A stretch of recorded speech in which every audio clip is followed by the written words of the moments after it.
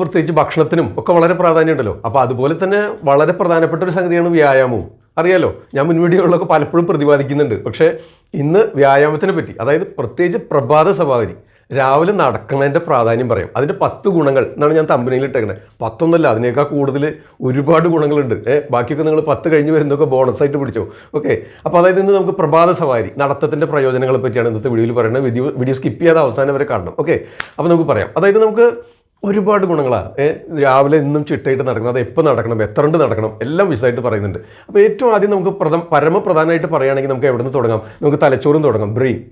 ബ്രെയിനിന് വളരെ ഇമ്പ്രൂവ്മെൻറ്റ് ഉണ്ടാക്കുന്നുണ്ട്. ബ്രെയിനിൻ്റെ ഫംഗ്ഷൻ എന്താ? നമ്മുടെ മെമ്മറി, നമ്മുടെ ശരീരത്തിലെ ഓരോ ചയാപചയ പ്രവർത്തനങ്ങളെ നിയന്ത്രിക്കുക.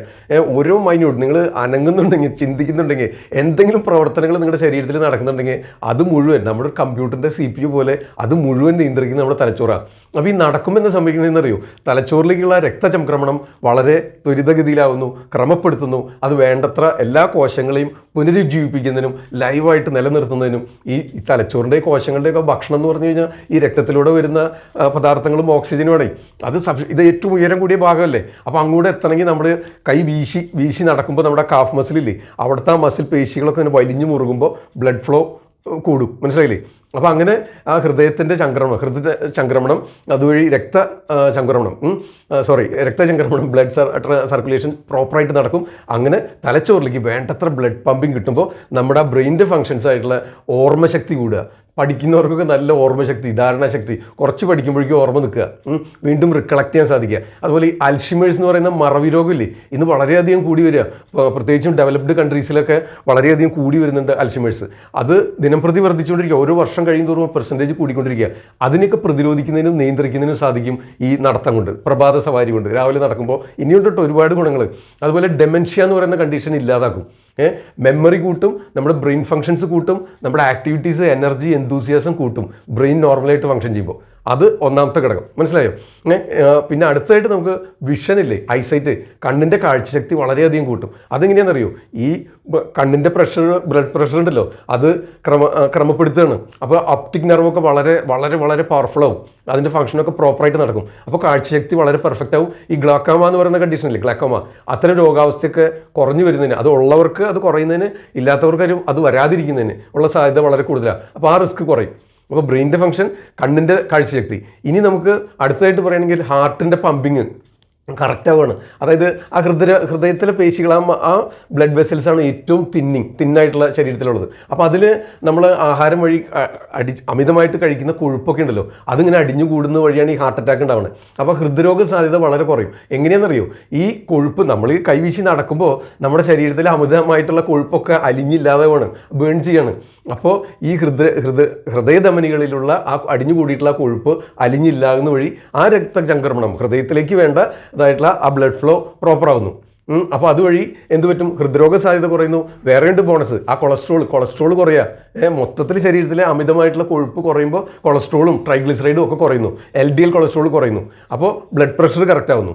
അപ്പോൾ 2-3 ഗുണങ്ങളാണ്. ഹൃദ്രോഗ സാധ്യത ഇല്ലാതാവുന്നു, കൊളസ്ട്രോൾ കുറയുന്നു, ബ്ലഡ് പ്രഷർ കുറയുന്നു. ഓക്കെ, ഇനി അടുത്തത് ലങ്സിൻ്റെ വോളിയം കൂടുക, ലങ് വോളിയം കൂടുക. എന്താ വെച്ചാൽ നമ്മൾ കൈവീശി നടക്കുമ്പോഴേ നമ്മുടെ ശ്വാസോച്ഛ്വാസം ഇല്ലേ, അതൊരു റിതമിക്കായിട്ട് മാറുക, ഒരു ക്രമത്തിൽ അങ്ങനെ സംഭവിക്കുകയാണ്. കൈവീശി നമ്മൾ ഒരേ വേഗതയിൽ നടക്കുമ്പോഴേ, തുടർച്ചയായിട്ട് കൃത്യമായിട്ട് ദിവസേന ഒരേ സമയത്ത് ഒരേ ദൂരം നടക്കുമ്പോൾ നമ്മുടെ ആ ലങ്സിൻ്റെ ആ പ്രവർത്തനം ഉണ്ടല്ലോ, ആ വികസിക്കലും ചുരുങ്ങലും അത് ക്രമമായിട്ട് നടക്കുന്ന വഴി ആ ലങ് വോളിയം കൂടും. കൂടുതൽ ഓക്സിജൻ സംഭരിക്കുന്നതിനും വലിച്ചെടുക്കുന്നതിനും അതിലെ ഓക്സിജൻ തന്മാത്രകൾ ആഗിരണം ചെയ്ത് കാർബൺ ഡൈ ഓക്സൈഡ് പുറന്തള്ളുന്നതിനുള്ള ശേഷിയില്ലേ, ആ ലങ്സിൻ്റെ വോളിയം, ആ സംഭരണ ശേഷി കൂടുക വഴി നമുക്ക് വളരെ എനർജിയും എന്തൂസിയാസവും കാര്യങ്ങളൊക്കെ എഫക്റ്റീവായിട്ട് ചെയ്യാനും ക്ഷീണവും തളർച്ചയും കൂട്ടുവായിടലും ഇതൊക്കെ ഇല്ലാതാവുന്നതിനും ഒക്കെ സാധിക്കും. ഈ ക്ലാസ്സിലൊക്കെ കേട്ടിരിക്കുമ്പോൾ പിള്ളേരൊക്കെ ഇങ്ങനെ ആലോചിച്ചിരിക്കുക, ഉറക്കം തൂങ്ങുക, കൂട്ടുവായിട്ട് അങ്ങനെയൊക്കെയുള്ള ഇനി ജോലി സ്ഥലങ്ങളിലൊക്കെ കൂട്ടുവായിട്ട് ക്ഷീണിച്ച് തളർന്ന് പതുക്കെ നീങ്ങി ആലോചിച്ചിരുന്ന് അത്തരം സംഗതികളൊക്കെ പോകും. നിങ്ങൾ വളരെ എനർജിയും എന്തൂസിയാസം ഉള്ളവരായിട്ട് മാറും.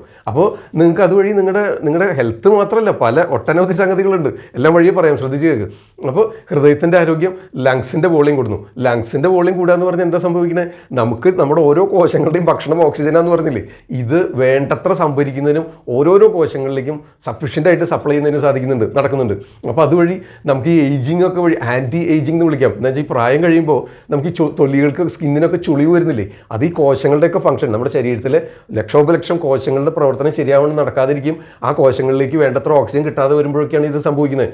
അപ്പോൾ നിങ്ങളുടെ സ്കിൻ ഗ്ലോ ഒക്കെ ഉണ്ടാവണം. ഇനി ഇങ്ങനെ പറഞ്ഞാലെങ്കിലും കുറേ പേര് നടന്നു തുടങ്ങി വെച്ചിട്ടാ, സത്യമാണ് കേട്ടോ, അതുകൊണ്ടൊന്നല്ല. ഓക്കെ, അപ്പോൾ ആ സ്കിന്നിൻ്റെ ടോണൊക്കെ നിലനിർത്തുന്നതിന് സഹായിക്കും ഈ കൂടുതൽ വോളിയം ഓക്സിജൻ ശരീരത്തിലുണ്ടാകുമ്പോൾ. മനസ്സിലായോ? അപ്പോൾ അതൊരു കാര്യം. ഇനി അടുത്തായിട്ട് മസിൽ ടോൺ, മസിൽ ഫൈബറൊക്കെ നല്ല സ്ട്രെങ്ത്, റിജിഡ് ഒക്കെ ആയിട്ട് മാറും. അപ്പോൾ അതുവഴി നമ്മുടെ ബോൺസിനും ശരീരത്തിനൊക്കെ ശരിക്കുള്ള അതിൻ്റെ പൊസിഷന് കെപ്റ്റ് അതിനെ സൂക്ഷിക്കുന്നതിനായിട്ട് നിലനിർത്തുന്നതിന് സഹായിക്കും. മനസ്സിലായില്ലേ? അപ്പോൾ ആ മസിൽ ടോൺ ഉണ്ടാകുന്നു, ആ നല്ല ബോഡി ഷേപ്പ് വരുന്നു, അൺവാണ്ടഡ് ഫാറ്റൊക്കെ ബേൺ ആയിട്ട് പോകുന്നു. അപ്പോൾ പ്രോപ്പർ സർക്കുലേഷൻ നടക്കുന്നു, നെർവ് സപ്ലൈ കൃത്യമായിട്ട് നടക്കുന്നു, ബ്ലഡ് സപ്ലൈ കൃത്യമായിട്ട് നടക്കുന്നു. ഈ പറഞ്ഞതൊക്കെ തന്നെയാണ് ഇതിൻ്റെ ഗുണങ്ങൾ. മനസ്സിലായോ? ഇങ്ങനെ ഒട്ടനവധി ഗുണങ്ങളാണ് ഇനിയുണ്ട് പറയാൻ. അപ്പോൾ ആ മസിൽ ടോൺ ഉണ്ടാകുന്നു, ബ്ലഡ് വെസൽസ് ഒക്കെ, ബ്ലഡ് പ്രഷർ കുറയുന്നു, കൊളസ്ട്രോൾ കുറയുന്നു. ഇനി അടുത്ത സംഗതി ഡൈജസ്റ്റീവ് സിസ്റ്റം. അതെടുക്കുകയാണെങ്കിൽ നമ്മുടെ വിശപ്പ് കൂടുന്നു, ദഹനശക്തി കൂട്ടുന്നു, അഗ്നിബലം കൂടുന്നു. അപ്പോൾ നമ്മൾ എന്ത് കഴിച്ചാലും പെർഫെക്റ്റായിട്ട് ഡൈജസ്റ്റ് ചെയ്ത് ശരീരത്തിലേക്ക് ആഗിരണം ചെയ്യുന്ന ആ പ്രവൃത്തിയില്ലേ, അത് ഭംഗിയായിട്ട് നടക്കും. ആ ഡൈജസ്റ്റീവ് പവർ കൂടും, ദഹനശക്തി കൂടും. അപ്പോൾ നമുക്ക് ശരീരത്തിലേക്ക് വേണ്ട പോഷകങ്ങളൊക്കെ വേണ്ടത്ര അങ്ങോട്ട് കിട്ടുക. നമ്മളൊന്നും അനങ്ങാതെ ഇങ്ങനെ കിടന്നുറങ്ങുമ്പോഴാണ് ഈ കാൽസ്യവും വിറ്റാമിൻ ഡിയും D3 ഒക്കെ കുറയണത്. നമുക്ക് നമ്മുടെ എനർജി ലെവൽ ഇങ്ങനെ ഹൈ ആയിട്ട് എനർജി എന്തൂസിയാസം കൂടി വരികയാണെങ്കിൽ നമുക്ക് വേണ്ടതൊക്കെ എന്താണ്, പത്തായത്തിൽ നെല്ലുണ്ടെങ്കിൽ എലി അവിടെ പോയി കൊണ്ടിരുന്നു പറയില്ലേ എന്ന് പറഞ്ഞ മാതിരി നമ്മുടെ ആമാശയത്തിൽ വേണ്ടത്ര ജഠരാഗ്നി ഉണ്ടെങ്കിലേ നമ്മൾ ഈ കഴിക്കണ ഭക്ഷണത്തിൽ നിന്ന് വേണ്ട സംഗതിയൊക്കെ കംപ്ലീറ്റ് ആയിട്ട് നമ്മുടെ ശരീരത്തിന് ആവശ്യമുള്ളത് മൊത്തം ആഗിരണം ചെയ്യാം. അപ്പോൾ മറ്റേതാകുമ്പോൾ നമുക്ക് എക്സ്റ്റേണലി നമ്മൾ ഓവർ ഫീഡ് ചെയ്യുമ്പോൾ അത് ആവശ്യമില്ലാത്ത കൊടുത്തു കഴിഞ്ഞാൽ അവിടെ ഇവിടെയൊക്കെ പോയി സെഡിമെൻറ്റ് ചെയ്ത് പിന്നെ കിഡ്നിക്കും ലിവറിനൊക്കെ അത് പാരയോ. മനസ്സിലായോ? ഇതിപ്പോൾ അതൊന്നുമില്ല. നമ്മുടെ ശരീരത്തിന് എത്രയാണോ ആവശ്യം അത് നമ്മൾ കഴിക്കുന്ന ഭക്ഷണത്തിൽ നിന്ന് അത് കംപ്ലീറ്റ് ഡൈജസ്റ്റ് ചെയ്ത് ദഹിപ്പിച്ച് ഇങ്ങോട്ട് ആഗിരണം ചെയ്യും, അബ്സോർബ് ചെയ്യും ശരീരത്തിലേക്ക്. അതാണ് ഈ നടത്തം കൊണ്ടുള്ള ഗുണം. ഈ അഗ്നിബലവും ഡൈജസ്റ്റീവ് പവറും ദഹനരസങ്ങളുടെ പ്രവർത്തനമൊക്കെ കറക്റ്റായിട്ട് വന്നു കഴിഞ്ഞാൽ ഒന്നാമത്തെ ഗുണമാണ് അത്. ഇനി അടുത്ത കാര്യം, കോൺസ്റ്റിപ്പേഷൻ ഇല്ലേ, പലർക്കും ഈ മലബന്ധമുണ്ട്. ഈ മലബന്ധം ശരിയാവുന്നതിന് ഇല്ലാതാവും. മനസ്സിലായി? കൃത്യമായിട്ടുള്ള ഈ മലവിസർജനം കൃത്യമായിട്ട് നടക്കും. എന്താ വെച്ചാൽ ബാക്കി ഈ ബ്ലഡ് ഫ്ലോ നടക്കുമ്പോൾ അതുപോലെ ഓക്സിജൻ ശരീരത്തിൽ വരുമ്പോൾ ബാക്കി പ്രവർത്തനങ്ങളെല്ലാം കൃത്യമായിട്ട് നടക്കുമ്പോൾ ഈ ഡൈജസ്റ്റീവ് പവറും ശരിക്കും ഉണ്ടാകുമ്പോൾ ദഹനശക്തി ശരിക്കും വർദ്ധിക്കുമ്പോൾ ഭക്ഷണത്തെ ശരിക്കും ആഗിരണം ചെയ്ത് ആ ഗുഡ് പാർട്ട് അബ്സോർബ് ചെയ്യുമ്പോൾ അതിൻ്റെ വേസ്റ്റ് എലിമിനേറ്റ് ഉണ്ട്. അതിന് നാച്ചുറലി ഓട്ടോമാറ്റിക്കലി ഇങ്ങോട്ട് നടക്കും. അതിനും സാധിക്കുന്നുണ്ട്. മനസ്സിലായോ? ഇനി അടുത്ത ഗുണം, ഇപ്പോൾ 10 ഗുണം കഴിഞ്ഞു എന്ന് തോന്നുന്നു, ഇനിയുണ്ട് ഒരുപാട് ഇട്ട്, അത് ബോണസായിട്ട് പിടിച്ചോ. അതായത് ഈ പാൻക്രിയാസിൻ്റെ പ്രവർത്തനമില്ലേ, പാൻക്രിയാസിൻ്റെ ബീറ്റാ സെൽസിൻ്റെ പ്രവർത്തനങ്ങൾ അങ്ങോട്ട് ഉഷാറാക്കും. അപ്പോൾ എന്ത് പറ്റും, ആ ഇൻസുലിൻ ലെവലൊക്കെ വേണ്ടത്ര ക്രമപ്പെടുത്തുന്നതിന് സാധിക്കും. അപ്പോൾ എന്താ സംഭവിക്കുക, ഷുഗർ ലെവൽ കുറയും, ബ്ലഡ് ഷുഗർ ഇങ്ങനെ നോർമൽ ഡൗൺ ആവും എന്ന് വിചാരിക്കേണ്ട. ഇനി നടന്നതിൻ്റെ പേരിൽ തലയിറ്റ് വീണെന്ന് വിചാരിക്കേണ്ട. നിങ്ങൾ ഇൻസുലിനൊക്കെ ഡോസ് കണ്ടമാനം എടുത്തു കഴിഞ്ഞാൽ തലയിറ്റും ലോ ആവുമൊക്കെ ശരിയാണ്. ഇൻസുലിനൊന്നും ഇല്ലാത്തവർ, എക്സ്റ്റേണലി കൊടുക്കാത്തവർ, നമ്മുടെ ശരീരത്തിൻ്റെ ആ പാൻക്രിയാസിൻ്റെ പ്രവർത്തനം കൃത്യമായിട്ട് നടക്കുമ്പോൾ ആ ബീറ്റാ സെൽസൊക്കെ ഭയങ്കര ഹെൽത്തി ആയിട്ട് അതിൻ്റെ ഡ്യൂട്ടീസ് കൃത്യമായിട്ട് ചെയ്യുമ്പോൾ നമ്മുടെ ഈ ഷുഗർ ലെവലൊക്കെ വളരെ കൺട്രോൾഡായിരിക്കും, വളരെ നോർമലായിരിക്കും. മനസ്സിലായില്ലേ? അപ്പോൾ ബ്ലഡ് ഷുഗർ നിയന്ത്രിക്കുന്നതിന് സഹായിക്കും, ഈ കോൺസ്റ്റിപ്പേഷൻ ഇല്ലാതാക്കുന്നു, ദഹനശക്തി വർദ്ധിപ്പിക്കുന്നു, ഡൈജസ്റ്റീവ് പവർ കൂട്ടുന്നു. അപ്പോൾ അതുവഴി ഭക്ഷണം നമ്മുടെ ശരീരത്തിൽ ശരിക്കും ആഗിരണം ചെയ്ത് ഈ വൈറ്റമിൻ ഡെഫിഷ്യൻസി, കാൽസ്യം ഡെഫിഷ്യൻസി ഇതൊക്കെ ഇല്ലാതാവുന്നു. അപ്പോൾ അതുവഴിയുള്ള ദോഷങ്ങളൊക്കെ ഇല്ലാതായി. ഇനി അടുത്ത സംഗതി, ബോൺ ഹെൽത്ത്. ബോണിൻ്റെ ഡെൻസിറ്റി ഉണ്ടല്ലോ, ഈ ഓസ്റ്റിയോ പോറോസിസ് പോലുള്ള ഘടകങ്ങളൊക്കെ ഇല്ലാതാവുന്നു, അസുഖങ്ങളൊക്കെ ഇല്ലാതാവുന്നു. അതെന്താ കാരണം, ഈ രക്തചംക്രമണവും ഓക്സിജൻ സപ്ലൈയും ഒക്കെ കൃത്യമായിട്ട് നടക്കുന്നു. ഫാറ്റൊക്കെ, അൺവാണ്ടഡ് ഫാറ്റൊക്കെ നിങ്ങൾ എത്ര കഴിച്ച് കൂട്ടി റിസർവ് ആക്കി വെച്ചിട്ടത് ബേണായിട്ട് പോകുന്നു. അപ്പോൾ ആ പ്രവർത്തനങ്ങളൊക്കെ ഓരോരോ സിസ്റ്റമായിട്ട് കറക്റ്റ് ചെയ്ത് നോർമലായിട്ട് വരിക. അപ്പോൾ നമ്മൾ ആയുർവേദത്തിൽ അതെങ്കിലും പറഞ്ഞേ, ഈ നമ്മൾ കഴിക്കുന്ന ഭക്ഷണത്തിൽ നിന്ന് ആഗിരണം ചെയ്ത് അതിനെ ദഹിപ്പിച്ച് രസധാതു ഉണ്ടായി, രക്തധാതു ഉണ്ടായി, മാംസധാതു ഉണ്ടായി, മജ്ജാധാതു ഉണ്ടായി, അസ്ഥിധാതു ഉണ്ടായി, അങ്ങനെ ധാതു പരിണാമം നടക്കുന്നില്ലേ. അപ്പോൾ ഇത് ഓരോന്നും കൃത്യമായിട്ട് നടക്കുന്നതിന് സഹായിക്കും ഈ രാവിലെയുള്ള പ്രഭാത സൗകര്യം കൊണ്ടുള്ളൊരു ഗുണമാണ് പറഞ്ഞത്. മനസ്സിലായോ? അപ്പോൾ അതിന് സഹായിക്കുന്നുണ്ട്. മനസ്സിലായോ? ആ ബോണിൻ്റെ ക്വാളിറ്റി കൂടും. ഓസ്റ്റിയോ പോറോസിസ് എന്ന് പറഞ്ഞാൽ ഇടയ്ക്കിടയ്ക്ക് ഫ്രാക്ചർ ഉണ്ടാവുക, അല്ലെങ്കിൽ എല്ലിന് തേയ്മാനം ഉണ്ടാവുക, മുട്ട് തേയ്മാനം ഉണ്ടാവുക, എല്ല് പൊട്ടിപ്പോവുക, തേയ്മാനം വരിക, ഇത്തരം അവസ്ഥ ഇല്ലാതാവും. ഓസ്റ്റിയോ പോറോസിസ് ഇല്ലാതാവും. ബോൺ ഡെൻസിറ്റി നിയന്ത്രിക്കുന്നതിന് സാധിക്കും. മനസ്സിലായോ? അപ്പോൾ ബോൺ ഡെൻസിറ്റി കൂട്ടുമ്പോൾ ഓസ്റ്റിയോ പോറോസിസ് ഇല്ലാതാവും.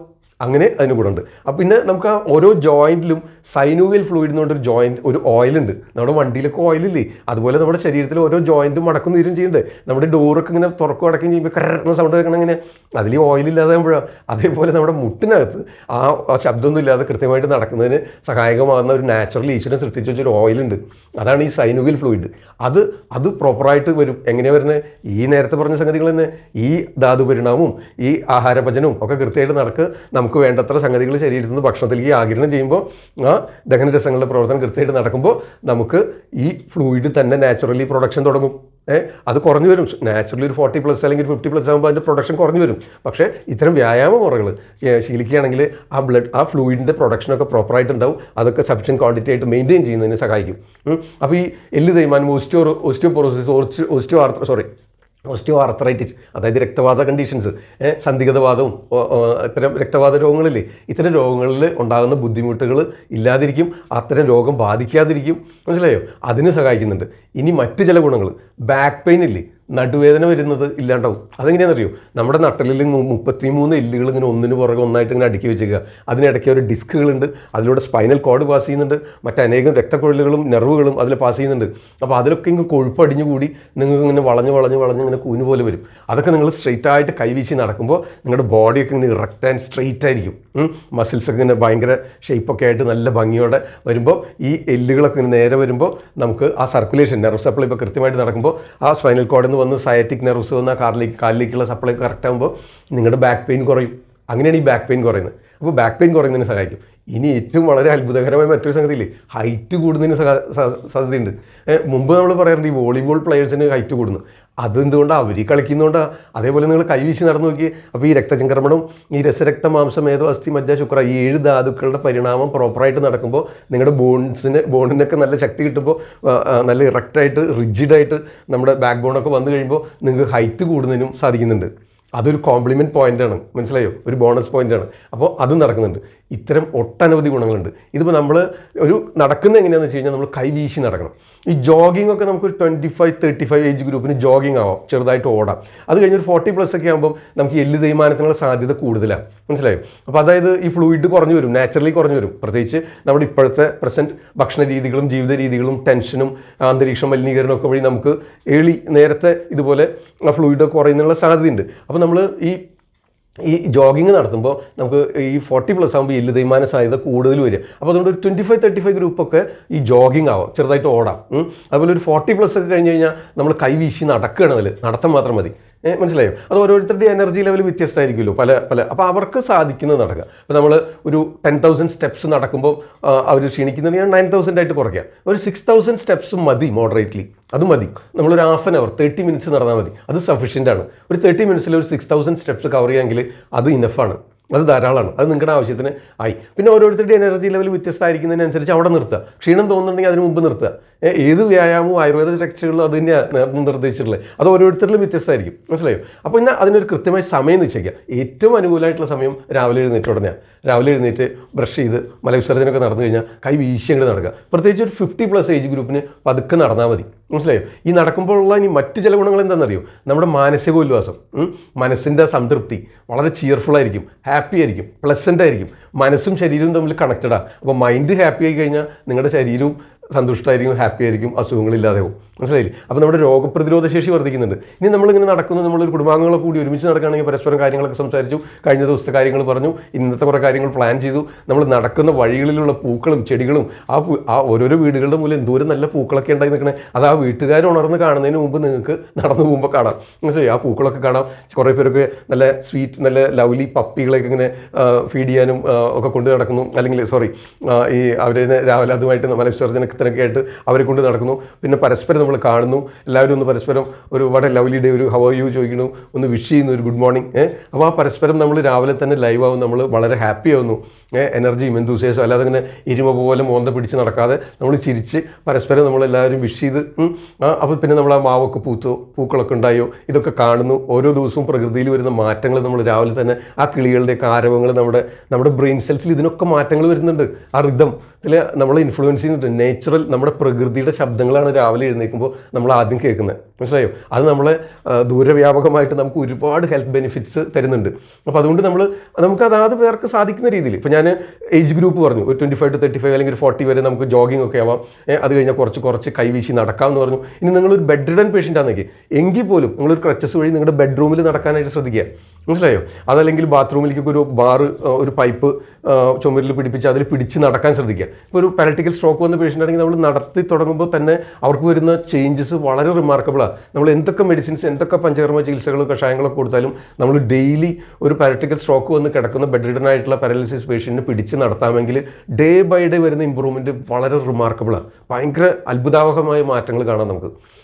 നമ്മൾ ദിവസേന കിടത്തി എന്തൊക്കെ ചികിത്സകൾ ചെയ്ത് മരുന്ന് കൊടുക്കുന്നതിനേക്കാളും ഇമ്പ്രൂവ്മെൻറ്റ് ഡെയിലി രാവിലെ 10 മിനിറ്റെങ്കിൽ 10 മിനിറ്റ് കൈപ്പിടിച്ച് നടത്താമെങ്കിൽ ആ പേഷ്യൻറ്റിൽ വരുന്ന മാറ്റങ്ങൾ വളരെ വ്യത്യസ്തമാണ്. എൻ്റെ അനുഭവമാണ് പറഞ്ഞത്, മനസ്സിലായോ? അപ്പോൾ ബെഡ് റിഡൻ പേഷ്യൻറ്റ്, ഇപ്പം നമ്മൾ കംപ്ലീറ്റ്ലി ബെഡ് റിഡൻ പേഷ്യൻസ് ഉണ്ട്, ഓൾഡ് ഏജ് ഒക്കെ ആയിട്ട് കിടക്കുന്ന, അവർ പോലും അറിയാതെ അവരിങ്ങനെ കൈ കുടയുന്നു, കാല് ചൊറിയുന്നു, തല ചൊറിയുന്നു. ആ മൂവ്മെൻറ്റ് നേച്ചുറലാണ്, മനസ്സിലായോ? അവിടെ കൊതു കടിക്കുന്ന പോലെ, ഈച്ച വന്നിരിക്കുന്ന പോലെ, ചൊറിയുന്ന പോലെയൊക്കെ ഇവർക്ക് തോന്നലുണ്ടാക്കിയിട്ട് നമ്മുടെ കൈ അനങ്ങാതെ അറിയാതെ അനക്കി പോവുകയാണ്. കാലിലൊക്കെ ഒന്ന് ചൊറിഞ്ഞു, തലയിലൊക്കെ ഒന്ന് ചൊറിഞ്ഞു. അപ്പോൾ ഒരു മൂവ്മെൻറ്റ് ഉണ്ടാവുക.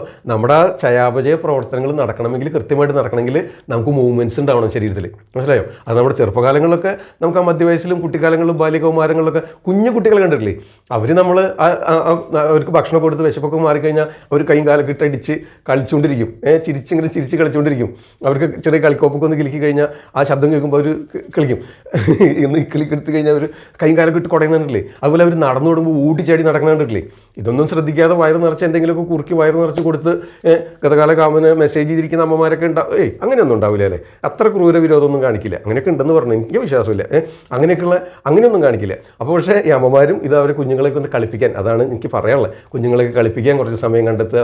അവരെന്തെങ്കിലും കിലുക്കിയൊക്കെ കഴിച്ച് അവർ കളറുകളും ശബ്ദമൊക്കെ ക്യാച്ച് ചെയ്യുന്ന ആ പ്രായത്തിൽ ആ കുട്ടികൾ കൈയും കാലൊക്കെ ഇട്ട് കൊട്ടഞ്ഞ് കളിക്കുമ്പോൾ അവർ ബ്രെയിൻ ആക്ടിവിറ്റിയൊക്കെ നന്നായിട്ട് നടക്കും, മനസ്സിലായോ? നമ്മളല്ലാതെ അവരെ കിടത്തി ഉറക്കി ഫോണുമായിട്ട് വാട്സാപ്പായിട്ട് ഇരിക്കരുത്.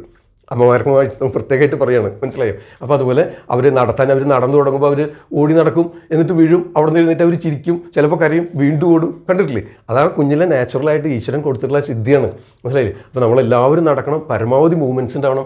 പ്രത്യേകിച്ച് സുശ്രുതത്തിലൊക്കെ പറഞ്ഞിട്ടുണ്ട്, ആചാര്യന്മാർ പറഞ്ഞു വെച്ചിട്ടുണ്ട്, ഡിന്നറൊക്കെ കഴിഞ്ഞ് കഴിഞ്ഞാൽ പിന്നെ നമ്മൾ കണ്ടിന്യൂസ് കിടക്കാൻ പോവുക. 8-10 മണിക്കൂർ തുടർച്ചയായിട്ട് 6-7 മണിക്കൂറെങ്കിലും കിടക്കാൻ പോവുകയാണ്. അപ്പോൾ ആ സമയത്ത് ദഹനം ശരിക്കും നടക്കില്ല. അപ്പോൾ അതുകൊണ്ട് നമ്മൾ ഡിന്നർ കഴിഞ്ഞാൽ 100 അടി നടക്കണം എന്നാണ് പറഞ്ഞേക്കണേ. 100 അടി നടക്കണമെന്ന് ടെക്സ്റ്റൈൽ കോട്ടിംഗ് ഉണ്ട്, ഇതൊന്നും എൻ്റെ അഭിപ്രായമല്ല, മനസ്സിലായോ? അപ്പോൾ ഓരോ ഭക്ഷണം കഴിഞ്ഞാലും നിങ്ങളൊരു 5 മിനിറ്റെങ്കിൽ, പ്രത്യേകിച്ച് ഇരുന്ന് കൊണ്ട് ജോലി ചെയ്യുന്നു, നമ്മൾ കണ്ടിന്യൂസ് ലോങ് അവേഴ്സ് ഇരുന്ന് ജോലി ചെയ്യുന്നു, ഡ്രൈവ് ചെയ്ത് ഓഫീസിൽ പോകുന്നു, വീട്ടിൽ വന്ന് കിടക്കുന്നു, റെസ്റ്റ് ചെയ്യുന്നു, കൈകാലൊക്കെ നീട്ടി ഒരു കപ്പ് കാപ്പിയും കുടിച്ച് ടിവിയും കണ്ടുകൊണ്ടിരിക്കുന്നു, അത് കഴിഞ്ഞാൽ വയറ് നിറച്ച് ഭക്ഷണം കഴിച്ച് കിടന്നുറങ്ങുന്നു. അപ്പോൾ അത്തരക്കാരൊക്കെ ഭക്ഷണം കഴിഞ്ഞാൽ ഒരു 10 മിനിറ്റ് നടക്കാൻ നോക്കുക. ഇപ്പോൾ രാവിലെ നമുക്ക് നേരത്തെ എഴുന്നേറ്റ് ഇച്ചിരി നടക്കാൻ ഞാൻ പ്രാക്ടീസ് ചെയ്യുന്ന ചില സംഗതികൾ പ്രത്യേകമായിട്ടൊരു വീഡിയോ പിന്നീട് ചെയ്യാം. ഞാൻ മുൻപും പ്രതിപാദിച്ചിട്ടുണ്ട്. അതായത് ഒരു 10 മിനിറ്റ് സമയം വജ്രാസനത്തിലിരുന്ന് മെഡിറ്റേറ്റ് ചെയ്യാം. അത് കഴിഞ്ഞാൽ നമ്മളൊരു 1/2 അവർ 30 മിനിറ്റ്സ് നടക്കുക മോർണിംഗിൽ. ഇനി ഈവനിങ്ങിൽ ഒരു 5 മണിക്ക് ശേഷം ഒന്ന് വെയിലൊക്കെ സെറ്റിൽ ചെയ്ത് നമ്മളൊന്ന് റിലാക്സ്ഡ് ആയി കഴിയുമ്പോൾ ഒരു 15 മിനിറ്റ്സ് നമുക്ക്, അല്ലെങ്കിൽ ഒരു മാക്സിമം അത്രേ വരുള്ളൂ, ഒരു 3-4 സെറ്റ് സൂര്യ നമസ്കാരം ചെയ്യാം. ഇത്രയും മതി നമുക്ക് നമ്മുടെ ഹെൽത്ത് നിലനിർത്താൻ, ഇത് മതി. ഇത്രയെങ്കിലും ചെയ്യണം. ഇനി ഒത്തിരി കാര്യങ്ങൾ ഇതിനെപ്പറ്റി പറയാണ്ട്, എന്തെങ്കിലും സംശയം ഉണ്ടെങ്കിൽ വീഡിയോ 1-2 ആവർത്തിച്ച് അങ്ങോട്ട് കാണാം. ഓക്കെ, അപ്പോൾ നമുക്ക് എല്ലാവർക്കും നടക്കണം. ഓക്കെ, നടന്നാലുള്ള പ്രയോജനങ്ങൾ ഇത്ര അധികം ഉണ്ടെന്ന് നിങ്ങൾക്കറിയാവുന്ന തന്നെ ഇത് പലതും. പക്ഷെ ഒന്നും കൂടെ കേട്ട് നോക്കിയോ, മനസ്സിൽ ഊട്ടി ഉറപ്പിക്കുക, എല്ലാവർക്കും ഷെയർ ചെയ്ത് കൊടുക്കുക. ചാനൽ സബ്സ്ക്രൈബ് ചെയ്യാത്തവരുണ്ടെങ്കിൽ സബ്സ്ക്രൈബ് ചെയ്യാൻ പ്രത്യേകം ഓർമ്മിപ്പിക്കുകയാണ്. അതിന് മുമ്പ് ഒന്ന് ലൈക്ക് ചെയ്തോ. ഞാൻ ഡോക്ടർ സേവിയർ നിർത്തട്ടെ. നാളെ 3 മണിക്ക് അടുത്ത ദിവസം വീണ്ടും കാണാം. ഓക്കെ, തൽക്കാലം നിർത്തുന്നു. എല്ലാവരോടും നന്ദി, നമസ്കാരം. ഞാൻ ഡോക്ടർ സേവിയർ, ആദ്യം ആയുർവേദം.